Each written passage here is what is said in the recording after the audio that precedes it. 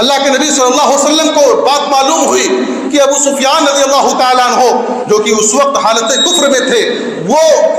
قافلہ لے کر کے آ رہے ہیں، تجارتی قافلہ لے کر کے آ رہے ہیں، اللہ کے نبی صلی اللہ علیہ وسلم نے ابھارا لوگوں کو کہ چلو۔ حضرت ابوبکر صدیق رضی اللہ تعالیٰ عنہ نے کچھ کہنا چاہا،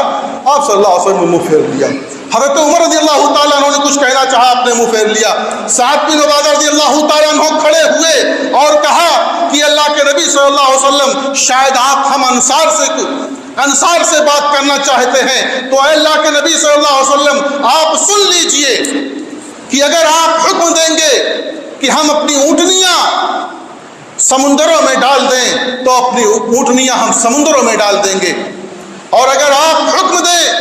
کہ ہم برق الغماد پہاڑی سے جا کر کے اپنی اونٹنیوں کو ٹکرا دیں تو ہم اس کے لیے بھی تیار ہیں، ہم برق الغماد